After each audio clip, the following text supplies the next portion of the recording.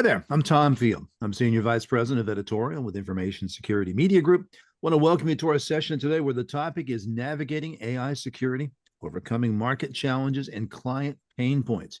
Your presenters today are Brian Golenbeck, AI Services Co-Lead with Optiv, and Keith O'Brien. He's Distinguished Security Architect and Field CSO with Cisco. Before I bring the two of them up on our virtual stage, let me give you some background on our session today. In today's rapidly evolving digital landscape, AI technologies offer unprecedented opportunities for innovation and efficiency. Of course, the integration of AI into business operations also brings unique security challenges. This webinar is designed for senior-level cybersecurity professionals who are keen to understand and mitigate AI-specific risks. We'll give you insights today into specialized advisory and technology services that address data governance and privacy concerns, enhance your knowledge and skills in AI security, and we'll teach you some strategies to ensure that AI technologies meet enterprise-grade security standards. First, a little bit about my organization. Information Security Media Group is a global education and intelligence firm. We're based in the U.S. in Princeton, New Jersey, and of course, you may know us by any number of our 37 media properties. These include Bank Info Security, Data Breach Today, and AItoday.io. In all, we serve an audience of over 1.3 million security and technology leaders globally, and we give them a daily diet of news, analysis, research, events, and educational programs just like this one. Now, just a few notes of housekeeping. If you have any questions for our presenters, you can submit them anytime via the chat window on your screen. The only caution I'll give you, I might not be able to get to every question today, but don't worry. Any question we don't answer today, we'll get a response back to you via email. Should you encounter technical issues while viewing today's webinar, take down that email address you see on your screen. If you write to webinars@ismg.io, we have got support staff standing by to help. A reminder, today's webinar is copyrighted material meant for today's session and individual study purposes only. If you would like to use any of the information presented today, or if you're looking for customized training solutions, please contact us. It is my privilege to introduce our sponsor today, Optiv. Optiv is the cyber advisory and solutions leader, delivering strategic and technical expertise to nearly 6,000 companies across every major industry. They partner with organizations to advise, deploy, and operate cybersecurity programs, from strategy and managed security services to risk integration and technology solutions. With clients at the center of their unmatched ecosystem of people, products, partners, and programs, they accelerate business progress like no other company can. To learn more, visit optiv.com.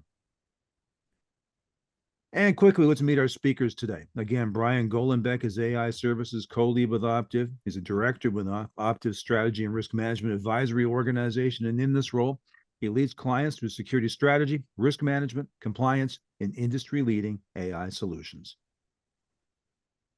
Keith O'Brien is a distinguished security architect and field CSO at Cisco. There, he consults with various customers in the federal, enterprise, and service provider spaces. He previously served as the field chief technology officer for the service provider line of business at Palo Alto Networks. With that, let's welcome Keith and Brian. Gentlemen, thank you so much for being a part of this conversation today. Great to be here, Tom. Thanks. Let's start here. Why is implementing AI more of a human-centered challenge than it is a technical one? Yeah, thanks for the question, Tom. We've been working with clients across many different industries trying to solve the problem of how do you rapidly bring AI applications or AI-enabled applications to market? How do you help your business get to a point where they are leveraging AI effectively and for business value? And as we've done that, one of the things we've noticed is that it's redesigning work. And when it redesigns work, when it takes over some of the tasks that people do every day, that one, they get fearful sometimes that AI is going to replace their job. But more importantly, they get hesitant around using new technology. And that's nothing new. AI is new technology. Sometimes people are hesitant in using it. Others run right into it and want to leverage it. But ultimately, it's a change for the organization. And all large changes, which this is a large change, require some of the softer skills, require people to be trained, to be educated on how AI is going to help them be more efficient, how AI is going to help them solve some of the problems or remove some of the repetitive tasks from their job so that they can focus more on some of the higher value tasks that they may have.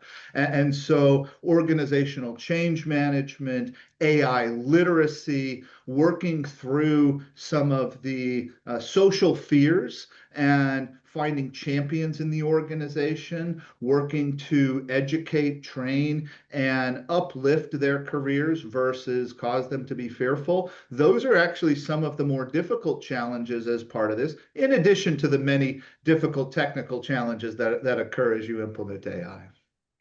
So I work on the security side at Cisco, so we're focused on the security aspects of implementing AI. Some of the things that I've noticed, and I've been involved in cybersecurity for a few decades now, is that there's this new thing called safety, right? That has coming into the picture.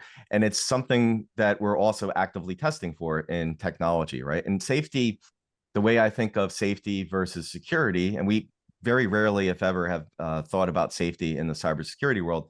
Safety, I view as I'm deploying an AI application model, what have you. How is that deployment impacting the human being that happens to be using it, right? And there's that's a different facet than what we're used to in the cybersecurity world. And it's something that we're actively developing what's called the industry guardrails, right? So the guardrails putting some constraints around how these applications are being deployed and implemented beyond just, hey, I don't want data being leaked and traditional cybersecurity problems, but I also don't want the application or model adversarially implementing or influencing the user who is using that model. And those are things that we can solve with technology, and we're actively working towards that, how the human is interacting with these applications. So, Keith, Brian, how can feedback loops and reinforcement-based learning help AI systems improve? So one of the things that we build what is called classifier models. So we have models that are being implemented in our security solutions called AI Defense for protecting the development of AI applications.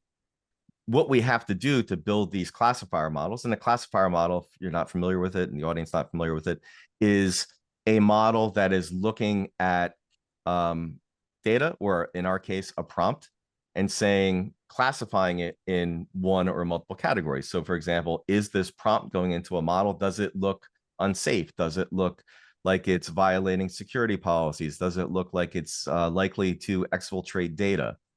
And in order to do that, we do need, it's called human feedback with reinforcement learning, right? So we have people that go through different types of prompts that are captured by our threat research team.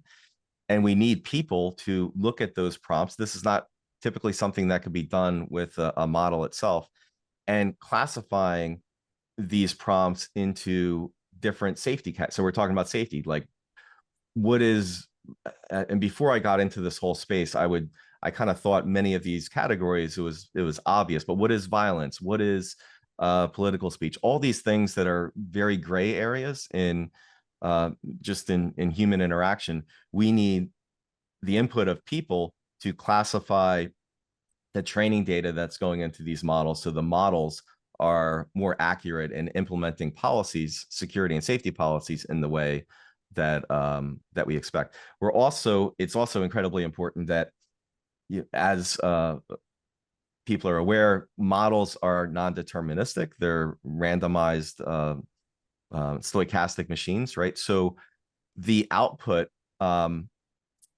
has to have some sort of feedback from a human. It's not always going to be right. So we implement things like, hey, we block this as part of a policy. If this doesn't look right, hit this button, give us feedback, and that goes back into the machine learning process for implementing security. So yeah, feedback loops are absolutely critical in both the development of the security controls that we're building, and then also once they're deployed, it's critical that we continually get that human reinforcement and that feedback loop going as the policies are applied. No, that was excellent, Keith.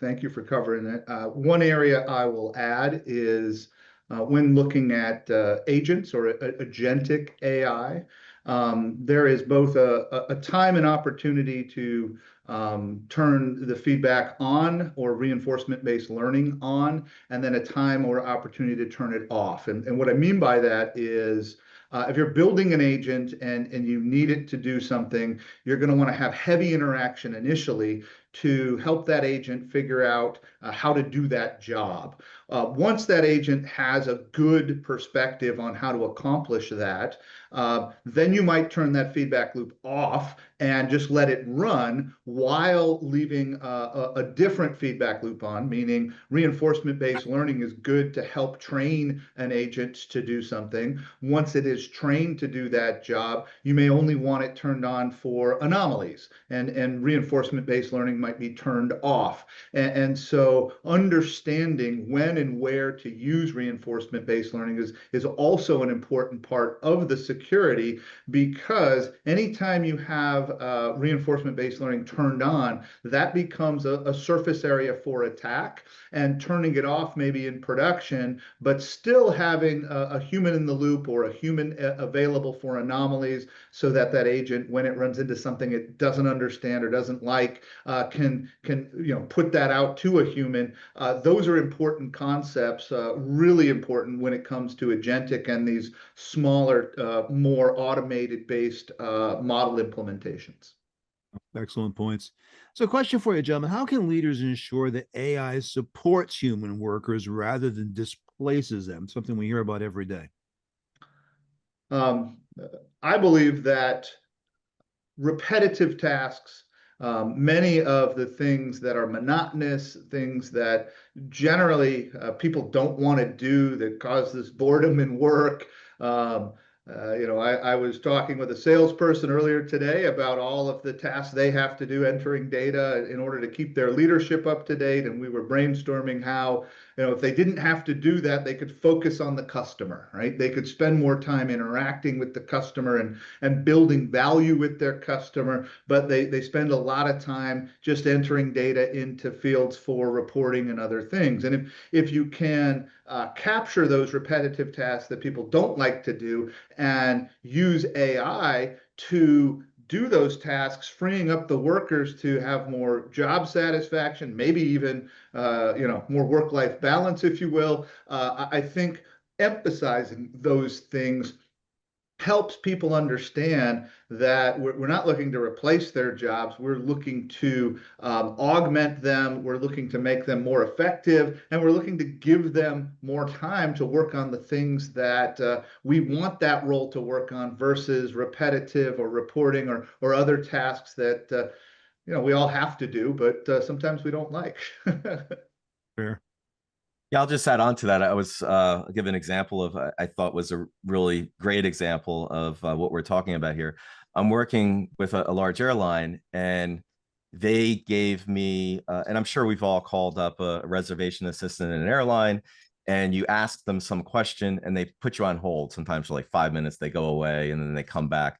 And I was always wondering, like, what are they doing? I don't know if they were just putting you on hold for the fun of it. But apparently what they're doing is, like, if you ask a question, and the question that was posed by this airline as like the extreme use case that they want to solve with an AI agent is, and I thought it was humorous, but but they said they get these questions all the time. Can I bring my pet owl on a plane? Right. And the real questions from the real database.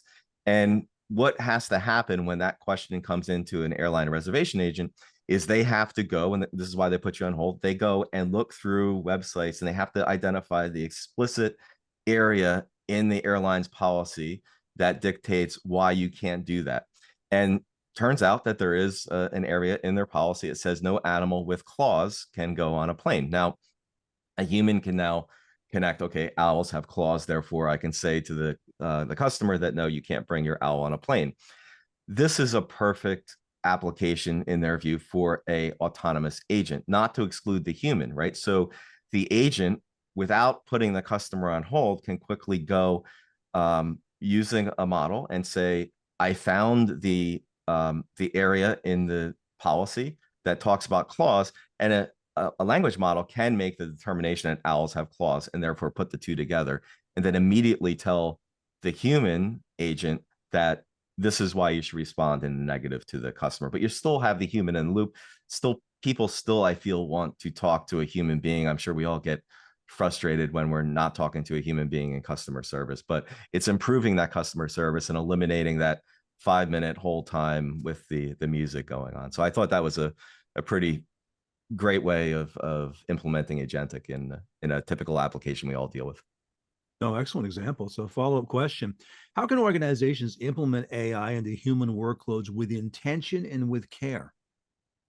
So I just gave an example of one that's being implemented, and the way that they're doing it is like any other application, right? You don't want to roll it out, across the board, but select certain test groups, select a very well-defined use case. And the example I just gave, it was a very well-defined use case. Is just looking at the customer is asking for something that may violate airline policy, and let's just build an agent for that specific type of use case, see how that works, implement it in a small test group, and then expand from there. The mistake when you're trying to solve too many problems with these tools is when a lot of these projects go awry. So what I've been seeing, the more successful organizations that are implementing this are, and I am working with enterprises that are building agents. It's early days, but the ones that I feel are doing it right are building agents for very narrow tasks. And then the larger plan eventually is to have like an orchestration agent that's orchestrating the sub agents that have very narrow tasks. So the way to deploy it is build the agent with a very narrow task, build more agents with very narrow tasks, and then build it up with from an orchestration agent point of view. And those are the organizations that I see are being more successful in deploying these kinds of applications. Yeah, I agree, Keith. That collaboration with the employees on the job functions, that safe space, if you will. Many people talk about transparency and responsible AI. And part of why us as security practitioners are speaking with you is the fact that those are concepts we've got a lot of experience with. Building explainability, building the log files, etc., in order to make sure that what is happening, not only it happened, but we have the appropriate justification in the back end on either the management plane or within the log files, so that if there is a question, we can go back and look those things up or investigate. Creating that safe space from that transparency, as well as using literacy and collaboration, to what you mentioned, Keith, working through with the employees on what areas can we use AI for, so that they see it as a benefit, versus coming along and handing it to them. And we've established this in security. We've established this within software development. We've brought this together when we say there are champions. We have security champions within the software development process. It is the same thing here. We need to have AI champions out there within the business that are collaborating and supporting the move to responsible, secure, safe AI implementations. John, let's talk about governance for a bit here. Let's start here. How does conflating data and AI governance lead to governance gaps and blind spots? Thanks, Tom. That is an area we've spent a lot of time with at customers. We find that a lot of customers start with data governance, and having data governance gives you a significant leg up in moving into both AI governance and implementation of AI-enabled applications. The old adage of if you don't know what you're trying to protect, it's difficult to protect it, or you have to identify your assets before you can put security around them, and then classifying them as different types of assets. Oh, that's a valuable asset. That means it needs more security. And that's where data governance comes from. And from a security perspective, we've been labeling and classifying data for many years. As you move into AI governance, there are other problems that manifest themselves. Some of those problems are absolutely related to data. What data you train an AI on is the classification that maybe that AI model is going to have for the rest of its life, because you've designated that that AI model has PHI inside of it. And therefore, only people who have access to PHI can use that model. And so that is a very integrated approach to governance between data and AI. But in addition to that, AI has its own problems. It has the fact of which model you're using and what evaluation frameworks have been performed on it. Does it have certain biases? Those types of things are gaining more traction and require that you have AI governance possibly separate from data governance. And then the use cases and questions, while they may use data, the business problem they're trying to solve may be completely different. And therefore, we're seeing large organizations and more mature organizations start to separate AI governance from data governance. Maybe a good example that Keith can talk more about is how certain AI models can be jailbroken. And that may or may not have to do with what data is inside of them, but absolutely is a security risk that needs to be dealt with. Yeah, that's yeah, you're read my mind, Brian. So one of the things that we that becomes a problem if you do conflate the two is that we are doing active risk assessments on models and applications. That's what we're building and what we're providing a lot of engineering for. And what we test for are two different things. And it could be related to data, but most of these issues are non-data centric. So for example, we test for a variety of different techniques to misalign a model, which has nothing to do with data. So it's how can I get a model to behave in a way that the original foundation model provider didn't anticipate, right? So things, a jailbreak is a very common one, but it doesn't have to be a direct jailbreak. It could be something as innocuous as just talking in a different language. It could be, we have a test where we take the prompt and draw it out in ASCII characters and send it in as ASCII art rather, and send it in as ASCII art, which gets the model to misalign, which has nothing really to do with the underlying data, but testing for how the model is responding. And then we're also testing, once we get that model to misalign, what kind of threats can we elicit? Can we get the model to talk about how to build explosives? Can we talk about it to talk about firearms, or all these other kinds of things that we may not want the model to be responding to in our enterprise, which aren't necessarily related to data. Now, I will give one example of data governance. We've done research in our threat research team that you and Brian alluded to this, pulling data out of fine-tuned models is a thing, right? And one of the things we discovered is that we can pull data out of fine-tuned models by doing something called a decomposition attack. So it's just the kind of slowly eliciting hints to a model. An example that we did for that is related to the New York Times and some of the things that are going on with OpenAI is a decomposition attack related to that. How can you get a New York Times article out of a model that was potentially trained with that article? And it starts with a very elusive kind of statement. Hey, I remember this article. It had this kind of title, and it was in this magazine or newspaper with an acronym of NYT.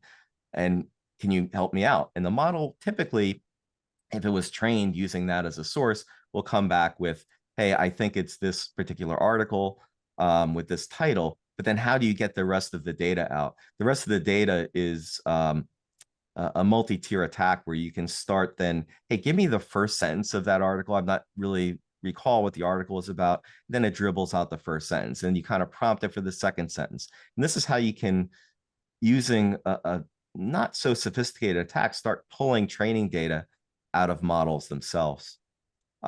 Another example I'll give from our research is that when models, and this is tangentially aligned with data, is if you're doing any sort of fine tuning on a model, and this is, some enterprises are doing this, taking a foundation model and using their own internal data. So let's think of like a law firm. They want to take a foundation model from Meta and retrain the model using their own information to make the model more applicable to that vertical, the legal vertical, whatever it may be.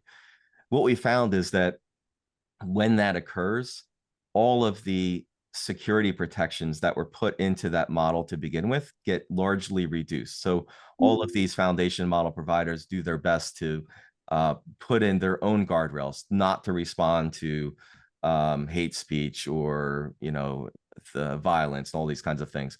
Once you start retraining your model with your own data, those guardrails get largely reduced. And we, if you do a Google search on, we have all of our research explicitly outlined on that. But what does that mean for an enterprise? That means that all of this security that was taken on by the large foundation model providers like Meta and Google and OpenAI, they're now, the onus now is on the enterprise to add those back in, right? So these are examples of why, you know, this is not just a data governance thing. Like, it's completely new world and really requires, and I agree with Brian, the mature organizations are there already in establishing separate data, or sorry, AI governance teams that are looking after all these kind of examples I just gave.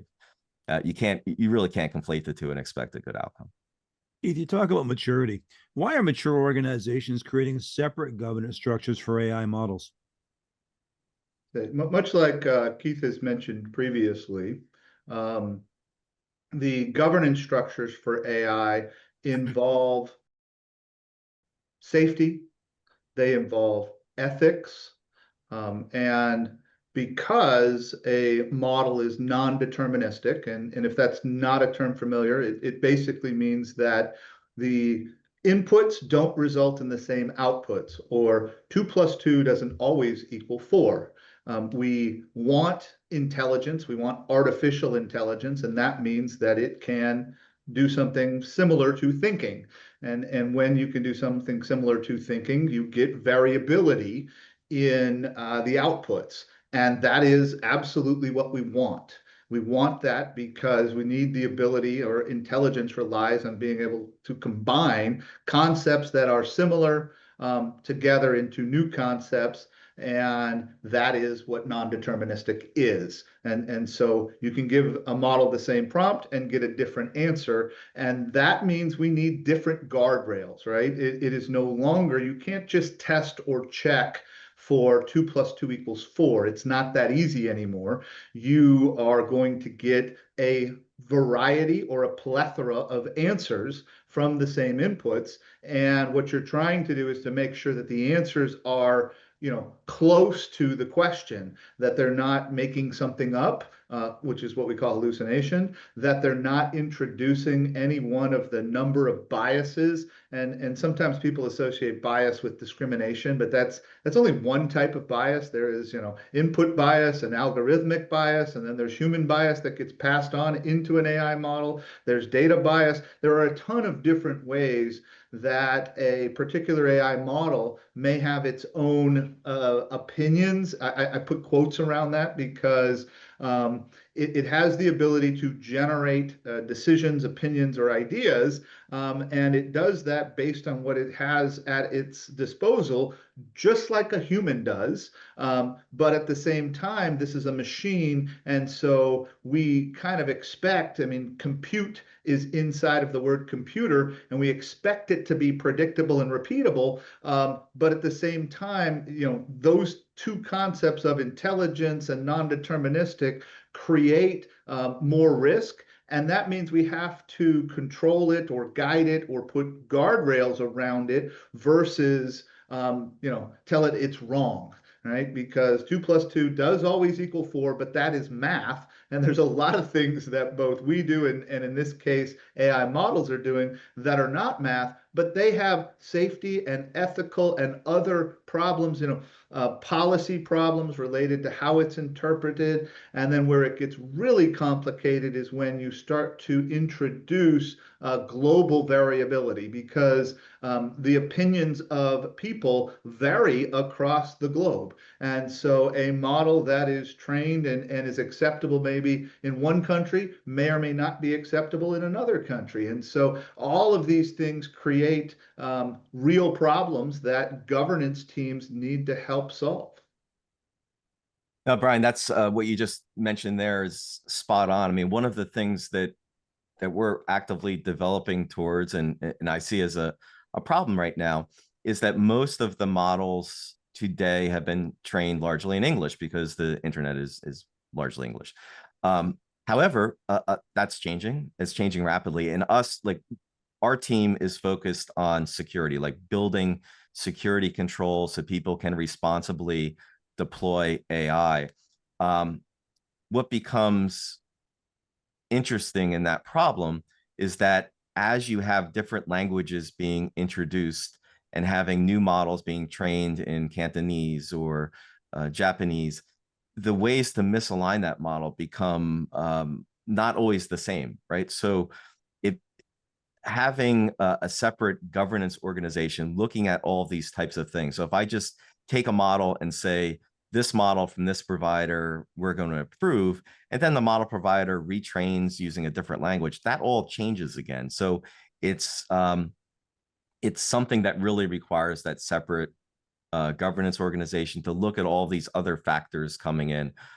We have and this isn't just at Cisco, but there is a large problem in the industry. Like, how do we build security guardrails around applications and models that are multilingual, right? And that's that you mentioned some great points. Like, what if I put a policy in line to not discuss political speech? Well, that could vary greatly based on country and background and all sorts of other things. So it gets to be a very problematic area, and this gets into the safety area, right? Security is easy. If all I have to do is block attacks that are going to misalign models with a prompt injection, that's the easy part.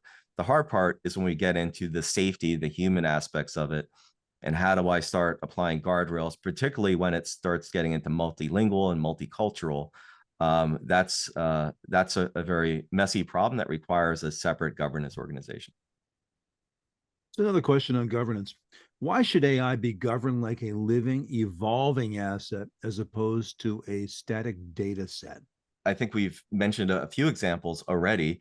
The example I gave of fine-tuning models, I think, is a great one, right? So if you're just looking at a model and determining if that model is behaving in a certain way and then putting a governance stamp of approval on that model, that's fine.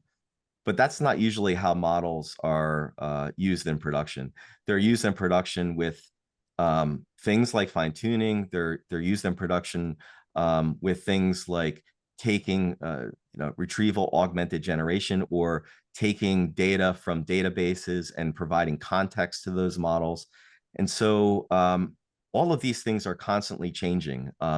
If I'm doing any sort of fine tuning, as I mentioned, that becomes an evolving asset. And the example of, we actually, if you fine tune the model, you're retraining how that model is behaving. And it is becoming a living, evolving asset that you constantly have to retest.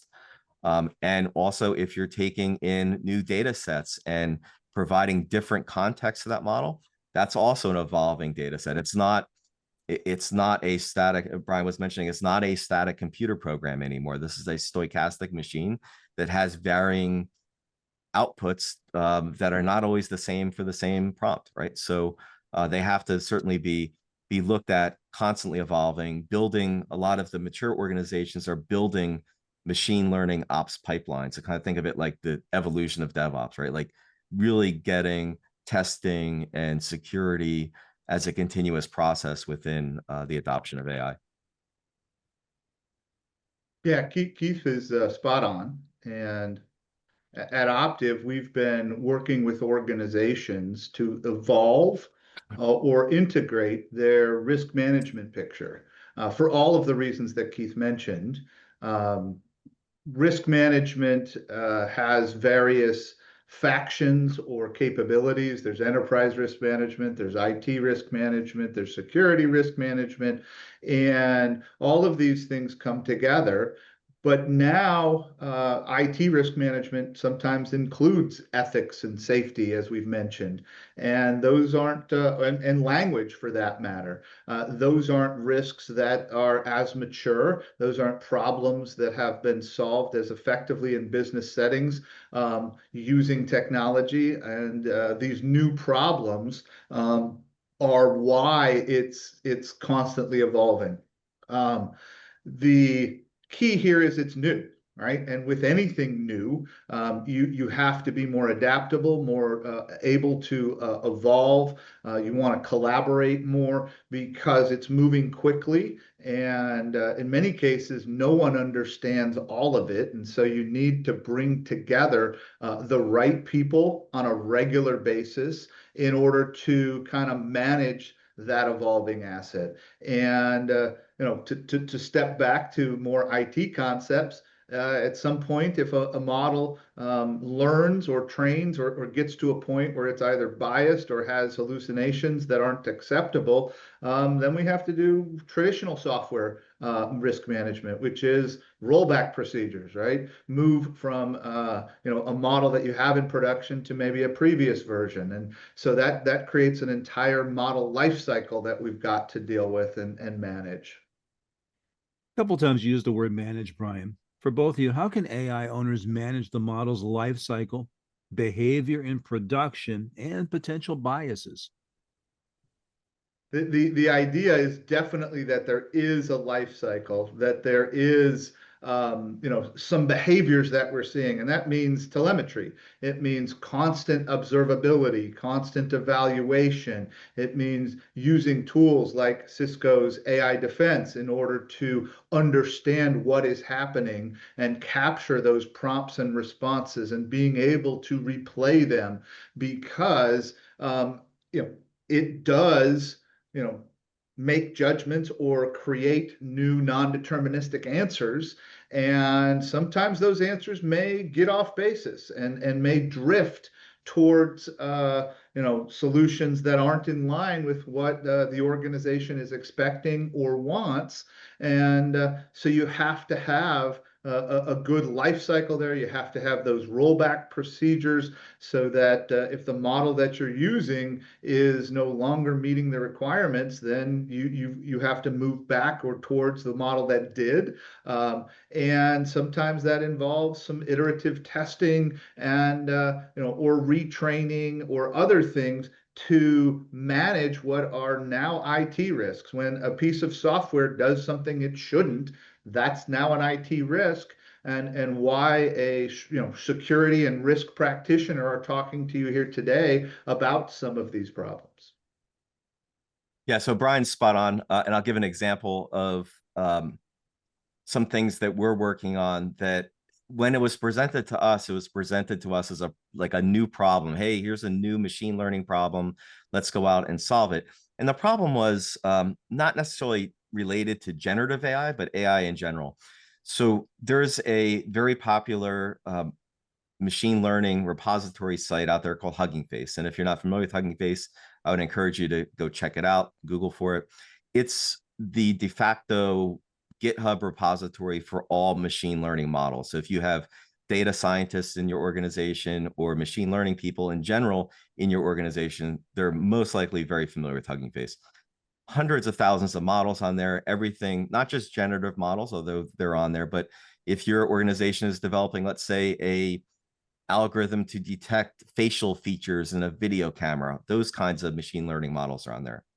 What we found, though, however, is that, and we're partnered with Hugging Face on this, is that there's a large amount of malicious models on those sites, not just Hugging Face, but all machine learning hosting sites. Sometimes they're not even models. Sometimes, because at the end of the day, these machine learning hosting sites are essentially GitHub with large file support, right? So we found like entire movie files being shared on these platforms. So when you think of that problem, and the problem really is that some data scientists and some pipelines are pulling models from these sites that have backdoors on them, that have backdoors that elicit command and control sessions from whatever platform instantiated that model now has a command and control session out to some malicious actor, which results into ransomware and all the other kinds of things that we struggle with in traditional cybersecurity. So when we think of those kinds of things, although they're related to machine learning, it's really the same. Let's apply the same problems. Let's apply rollback plans. Let's apply continuous testing and monitoring. Let's apply just simple file scanning, sandboxing of models files as they come into the environment. So we do have the tooling to protect against many of these things. And it's really related to the life cycle of the model. Don't just deploy a model. If it's coming from a public repository, put it in a malware sandbox. That environment has been around for over a decade. Detonate that model in a sandbox, observe what it does in that sandbox, and then make a risk determination as to whether that model should then go into production. And do all of that in a pipeline that's similar to a CI/CD pipeline that we've also had in the industry for over a decade. So these problems, it's interesting as you get more into the machine learning security problems. Some problems are certainly novel. Some problems, though, are just new twist on old attack vectors, right? To me, when I think about poisoned machine learning models, it's just another kind of attack vector to deliver malware into a system. So let's basic good security hygiene, rollback, continuous testing, and having established policies for those testing and rollback plans. Is it fair to say that ethical and safety concerns aren't necessarily natural domains for most IT teams? I think that ethics and safety are not black and white, Yeah. right? They are non-deterministic areas, if you will. What is ethical sometimes varies by how you were brought up or what country you live in, and how people behave is a difficult concept that we have human resource teams to help us with traditionally. But now we have machines that have either behaviors or make decisions and are non-deterministic. And when you do that, that's not necessarily what IT teams have been built to do. They are looking for automated repeatability, right, and efficiencies, and those are the things that we've been good with. But at the same time, IT or information technology starts with information, so we're back to data. And then we're applying the technology, these AI models. And when we look at safety, for many years, I've seen this debate, which is, is the CSO or Chief Security Officer, who is almost always responsible for physical security and building security and cameras and things like that, versus the CISO or CISO, which is Chief Information Security Officer. And that's because physical security involves harm to people, which is safety, and or protection of physical assets in the real world with locks and doors and things like that. I see this evolution of information security or the application of artificial intelligence to business to now evolve security to include some of these concepts that were periphery. Maybe the IT systems, in many cases, we call them OT systems or operational technologies. Those had safety implications all along, and that's been around for a while. And so we can learn from OT technology and maybe apply some of those concepts as we begin to use AI. It's also interesting to note that many of the regulations, right, key or specifically the EU or European Union Artificial Intelligence Act, EU AI Act, calls out that there are certain things that are higher risk to use AI for, and that you need to look more closely or do more due diligence. And so these are things that IT teams are having to maybe learn or to leverage, right? There are ethics teams out there. There are safety teams out there. If you've worked in healthcare, you're very familiar with safety and ethical risks that materialize in the healthcare space. And so some of those things are migrating into IT risks. And it's important to learn from the other practitioners and leverage their knowledge as we start to do it, because as Keith mentioned, some of these concepts are very similar and repeatable, and we can take the good practices that are out there and now apply them to our new scenario of AI-enabled applications. Yeah, I would just add, so Brian nailed that one. I would just add, we are to the point where a lot of traditional IT organizations are new to this area of safety, which has not been within the realm of cybersecurity. We are working with organizations such as NIST to help IT organizations clearly define taxonomies. And it's one of the first things that we realized is that we don't even have a common language to define and describe some of the problems that we're experiencing here, because it's such a new area from what we traditionally deal with. The document that we're working on right now is a taxonomy for adversarial machine learning, to just get everybody in the industry on the same page as far as what we call different things and what the definition of those different things is, right? So we gave some examples already here during this discussion. You know, what is bias? What is even something as simple as violence, right? Like, yes, I think everybody has their own view of what would be classified as violence, but you know, that has a spectrum of different areas, right? So having, when a product or a technology bubbles up a policy, has this violates the violence policy, we have to have something to map it back to and be very clear as to what that exactly means. And those are, to me, when I first got into this, I thought those were well agreed upon terminology and taxonomy, but it turns out it's not.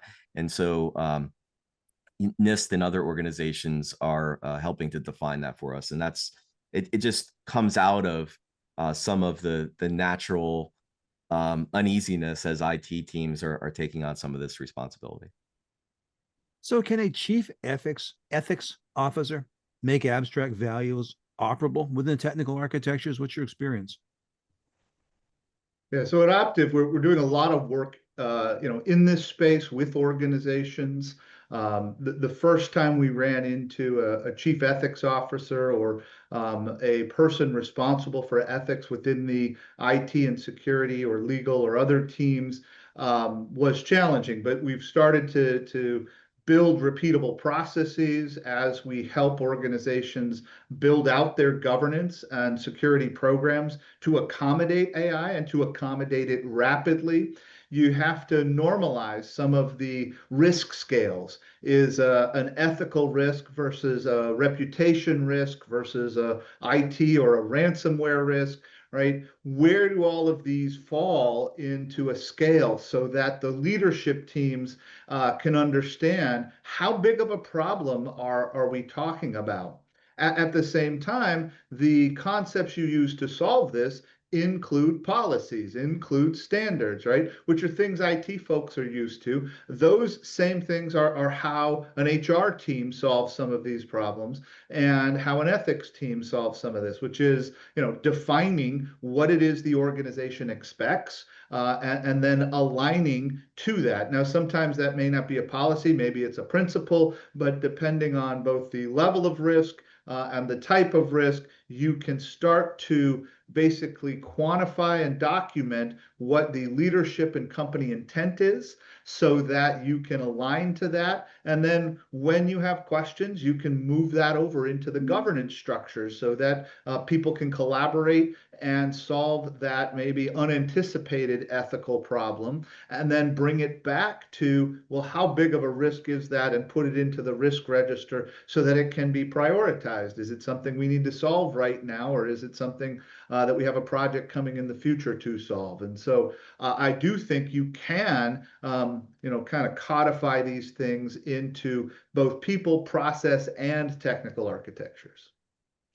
Yeah, the only thing I would add on to that, with Brian, excellent job in describing that, is thinking about it from my perspective of a cybersecurity technology practitioner, is having a way to transcribe those values into very specific policy checks, fairness tests, and this is when it comes up a lot, reports on explainability of how the process or model is behaving, right? And that gets back to ethics. Like, what decision did this make, particularly around agentic, and why did it make that decision? These are, I'm not going to say unsolved problems, but they're evolving areas of technology that we're all addressing, right? Like especially when agentic is starting to take on, we need to have a very clear audit report around why agents made certain decisions, and go back and test the fairness of that. And that would be certainly something that an ethics officer would be aligned with 100%. Keith, Brian, a couple more questions before we wrap up here. One, how can prompt and response capture controls track how an AI model behaves over time? Yeah, I could take a stab at that one. And I'll give you an example, a concrete example of this. There is and if the listeners aren't familiar with it, it would be a good thing to get familiar with, because it's being deployed very rapidly. There's a new technology called Model Context Protocol, MCP, that is just came about 6 to 8 months ago from Anthropic. And within that 6 to 8 month period of time, I'm already seeing it in active development in Fortune 50 companies. And some of the things that we are looking at the prompts and responses that are coming from agents that are using these MCP servers. MCP servers are used by agents to expose tooling. So an example of an MCP agent, simple example would be, maybe I want an MCP agent that is linked to my Google Drive to expose Google files on my Google Drive. And there would be tools that would be offered by that MCP server to view my files, to change files, all different tools for different functions within that MCP server. The problem, though, that we've found in some of our threat research, and there are already surprisingly hundreds of thousands of MCP servers out in the internet. I would kind of equate this to, if anybody's old enough to remember when mobile applications came about, right? There was this push of tons of different applications without a lot of controls being pushed out onto the market. Same kind of thing is happening with MCP servers. And what we found by monitoring and capturing the prompts and responses that are going to these MCP servers is that the way they respond to prompts does intentionally, from a malicious point of view, change over time. So for example, if I were a malicious attacker and I wanted to trick you into using my, and this is a very common test application, an MCP server that gives you the weather in a certain zip code, I may, for the first 2 or 3 prompts that you sent to me, give you very valid responses. And then on the 5th time you ask for weather, I send down a command, or my tooling now invokes, because you gave your client, your MCP client, your machine, overly permission permissive writes to your hard drive, and now I start dropping malware files in your hard drive. And it's something we call a rug pull attack, but these are things that only can be detected if you're constantly capturing the prompts and responses that are going to these entities. So they will change over time. Sometimes they'll change over time because the model is just a stochastic machine. Sometimes they'll change over time because the threat actor is designing them to change over time. So yes, very important. And capturing those prompts and responses is how you detect those things. Yeah, the only way to kind of repeat the interaction is to have the prompt and response. And while it is non-deterministic, having that same prompt and understanding and rerunning it or replaying it can help you with bias testing and help you with a lot of testing. And one conversation we had with a client while designing their AI security program was, well, what do you do over time? And it brought me back to my days in doing tape backup and full backups versus incremental backups versus differential backups, and being able to keep some of the prompts from history, so that you have maybe a prompt database that includes prompts from last year and 2 years ago, but maybe you don't want to store all of those prompts, or maybe you do, because that is replayability, right? When or where did a error or bias or hallucination start within a model, and being able to go back and rerun some of those prompts to be able to see again if you can recreate things, etc. That is all now part of operations for IT and in an AI world. Last question I have for you, gentlemen. When should companies reset a session to avoid sensitive data bleeding into unrelated tasks? I love this question because context, sessions, the ability to have an interaction via a prompt relies on memory. And what memory you have available, or that an AI model uses, helps dictate how it answers. And so there are new IT architecture and configuration and security tasks that have to be done around model management related to these concepts. Working with one customer, Optiv found that they would not allow PHI to bleed across conversations, and they would reset the session to ensure that that PHI was only available in that context. But they did allow their employees to use PHI with the model inside of that context. And then we had to design test cases around, well, how do we make sure that's the case, and how do we educate the employee around the fact that yes, they can interact with the model using PHI. It is not training on that data at that time. It is using it within the context of a conversation, and that conversation gets reset when they go to a new conversation, and that PHI will not be into the next one. And that kind of demonstrates, kind of full circle, the conversation we've been having today, how there are people problems, there are technology problems, there are security problems, safety and ethics, and you have to look at these things from all sides in order to manage the risk. Yeah, the one thing I would add on that is, as far as I'll give another example of what Brian went through on the sensitive data leakage in memory. And we're seeing, our threat research team is seeing a lot of attacks coming about as we start developing towards agents, right? And agents and memory is critical, because how an agent responds in the future is based on the memory and the prompts and the actions it took in the past.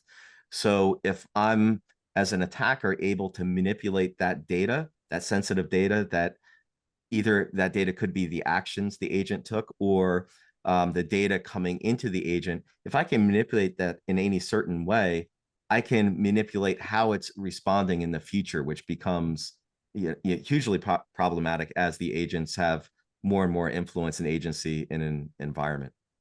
So yeah, I think it comes back and does come full circle to controlling technology, controlling how humans are using the technology from a safety point of view, which is certainly new for cybersecurity professionals. Excellent. Keith, Brian, we've covered a lot in a short period of time here. Thank you so much for your time and insight today. Very grateful. Great. Thank you for having me. Thank you for the opportunity, Tom. I thank our attendees as well. We know you took time out of your day to attend this session. We're grateful for that and trust you're walking away with some excellent new insights you can put immediately to work. As always, I look forward to seeing you at one of our upcoming events. Until then, for Information Security Media Group, I'm Tom Field. Thank you so much for your time and your attention today.